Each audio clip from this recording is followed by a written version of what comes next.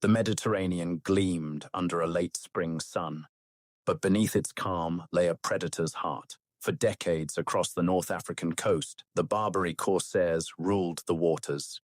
Cities like Tunis and its port La Goulette fed on fear, dragging sailors, merchants, even villagers into chains, selling them as slaves in markets for the price of a purse or a gun. In 1534, the infamous corsair admiral Khayr ad-Din Barbarossa, the scourge of Christian shipping, seized Tunis. He turned its harbour into a lair for pirate galleys, a platform for terror against Christendom. But that sea-borne terror would not go unchallenged.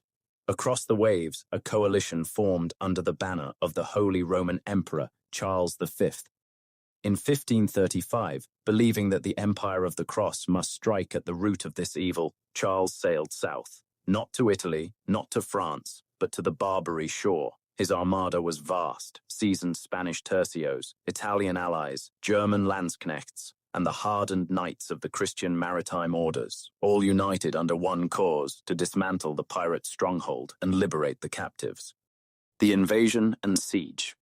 In early June 1535, the imperial fleet appeared off La Goulette.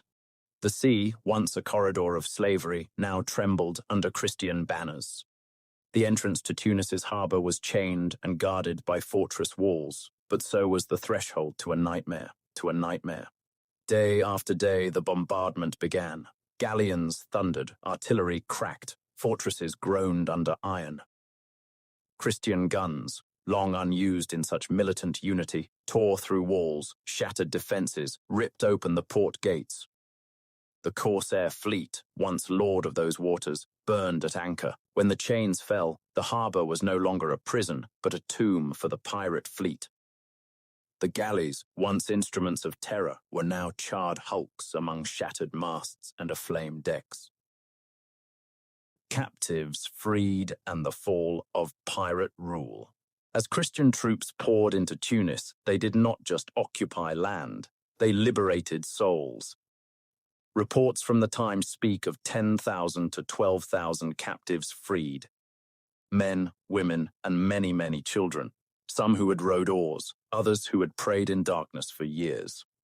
For one blazing moment, this was not a conquest of territory. It was a crusade of deliverance.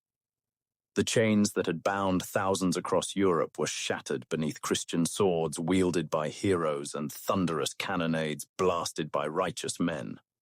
Aftermath and the shaken Mediterranean. The Sultan of Tunis, the Hafsid ruler, was restored, but the message had been written in fire and blood: no port shall shelter pirates with impunity. Across coastal Europe, tales of rescue spread like wildfire.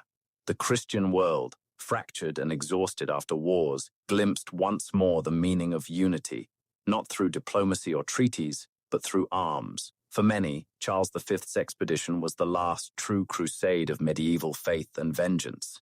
But the victory was not permanent. In subsequent decades, the corsairs returned. The Mediterranean would again echo with the crack of oars, the cries of the captured, the smoke of piracy. Yet the memory remained. Tunis could be struck, La Goulette could burn, and men could be freed. Look at the sea now, calm, turquoise, almost peaceful. But beneath its surface lies history, a history of fear, of chains, of darkness, a history of faith, of steel, of fire. The conquest of Tunis in 1535 was not just a battle for land or power. It was a statement that empires built on slavery, on terror, on the suffering of innocents, even if cloaked in religion, would not stand forever. And for a moment, under Christian flags, slaves walked free, chains dropped, harbors fell silent. The pirate empire was broken, if only for a time. So when you see the calm harbor of Tunis today, remember what once lurked behind its walls, and remember the thunder that ended it.